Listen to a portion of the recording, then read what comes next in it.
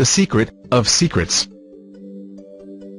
The just announced Nobel Prizes, for both chemistry and physics, have gone to research related to the carbon atom. The Nobel Prize for Chemistry went to 3 scientists for developing a toolkit to manipulate carbon atoms, while the Physics Prize has gone to 2 Russian-born physicists, for their study on the remarkable properties of graphene, an ultra-thin form of carbon. While announcing the Nobel Prize for Physics, the Royal Swedish Academy of Sciences stated, "Carbon, the basis of all known life on Earth, has surprised us once again." They do not realize how loaded their statement is. For what we have seen in graphene is only a small glimpse of the wonders that carbon is capable of, especially what awaits us in the very near future. Before we reveal the form of carbon that is going to change every aspect of our lives, so completely and so drastically, let us bring to your attention a few other related occurrences that have been making the news in the past weeks. Recently there was a flurry of concern in the scientific circles regarding the discovery of the sun's influence on the decay of radioactive elements on Earth. It was found that some kind of strange emissions from the sun are causing matter to mutate on Earth. Its influence on the decay rates of elements like carbon-14 has been especially worrisome and unexpected. Carbon, as previously stated, is the basic building block of life, as we know it. And carbon-12 is the most abundant form of carbon, accounting for about 99% of all known forms of carbon. It is the isotope of carbon that consists of 6 protons, 6 electrons and 6 neutrons. 6, 6, 6. Does that sound familiar? After oxygen, the second most abundant element in the human body is carbon-12. On cremation, the body returns to its carbon-12 state. After hydrogen, helium and oxygen, which are all gases, carbon-12 is the most abundant element in the universe. Carbon-12 is also one of the 5 elements that make up the human DNA.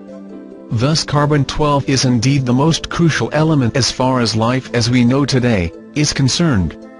This is probably what the writer of the Revelation meant when he said that 666 was the number of man, or number of the beast. It is the number of carbon-12, which is the basis of man's physical body, which ties him to the physical universe.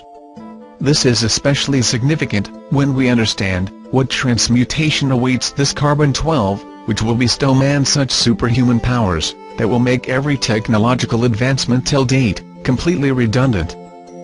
Every secret has a time to reveal, a time to celebrate.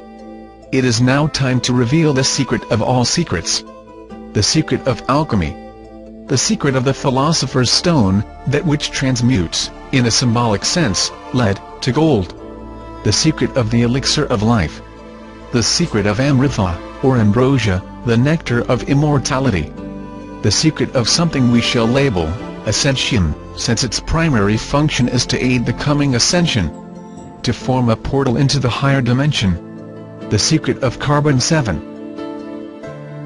Carbon-7 is the hitherto undiscovered isotope of carbon, which has 6 electrons, 6 protons and only 1 neutron. It is the material equivalent of the Kundalini system as well as Metatron's cube. Like iron has the ability of sustaining a magnetic field around it, carbon-7 has the uncanny ability to carry hyperdimensional fields, such as fields of thought, around it. Thus it can amplify thought and other hyperdimensional fields, just as the iron and copper in a transformer can amplify magnetic fields. Naturally, it is formed in the brains of spiritual adepts, when they have out-of-body experiences, or perform other supernatural phenomena, such as bilocation, or materialization etc. During such time the glow, or halo, that is formed around the heads of these highly evolved beings, is actually due to the excess neutrons produced when carbon-12 transmutes to carbon-7 inside their brains. However, this carbon-7 quickly decays to other stabler forms of matter. Hence it is almost impossible to detect carbon-7 directly in the human body.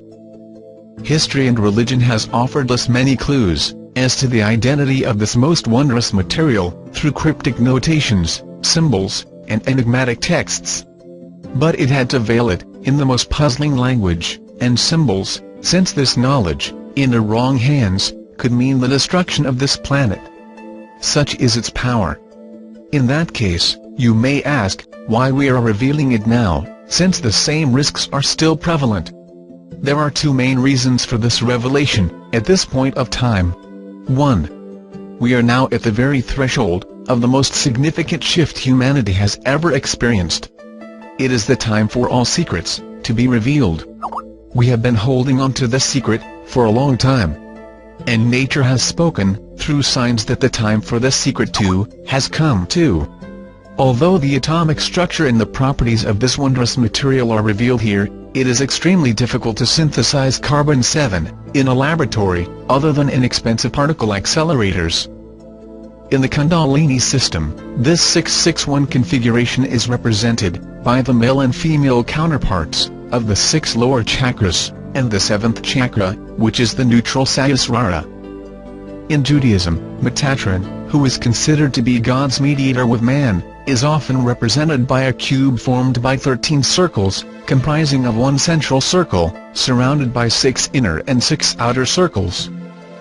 In Christianity, Da Vinci's famous Last Supper, that depicted a moment before Christ's crucifixion, and subsequent resurrection and ascension, is a symbolic representation of the 661 configuration, where 6 apostles are on either side of Jesus Christ.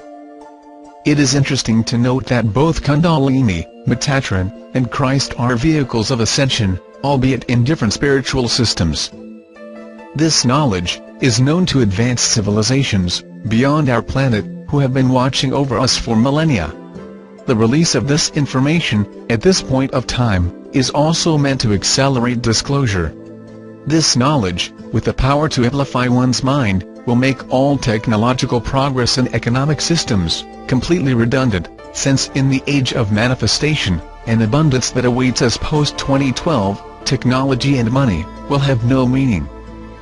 In the period post-disclosure, the conditioning of man will take place, during which time, the collective mind of man will undergo a quantum shift to expansiveness. A critical mass of humanity will cross over from an egocentric, material life, to an egoless, love-filled, and spiritual life. The sun's activity during this time will ramp up.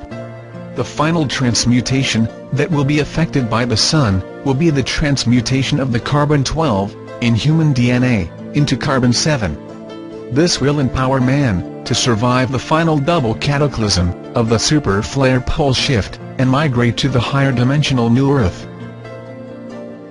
This is a timeline that we must realize.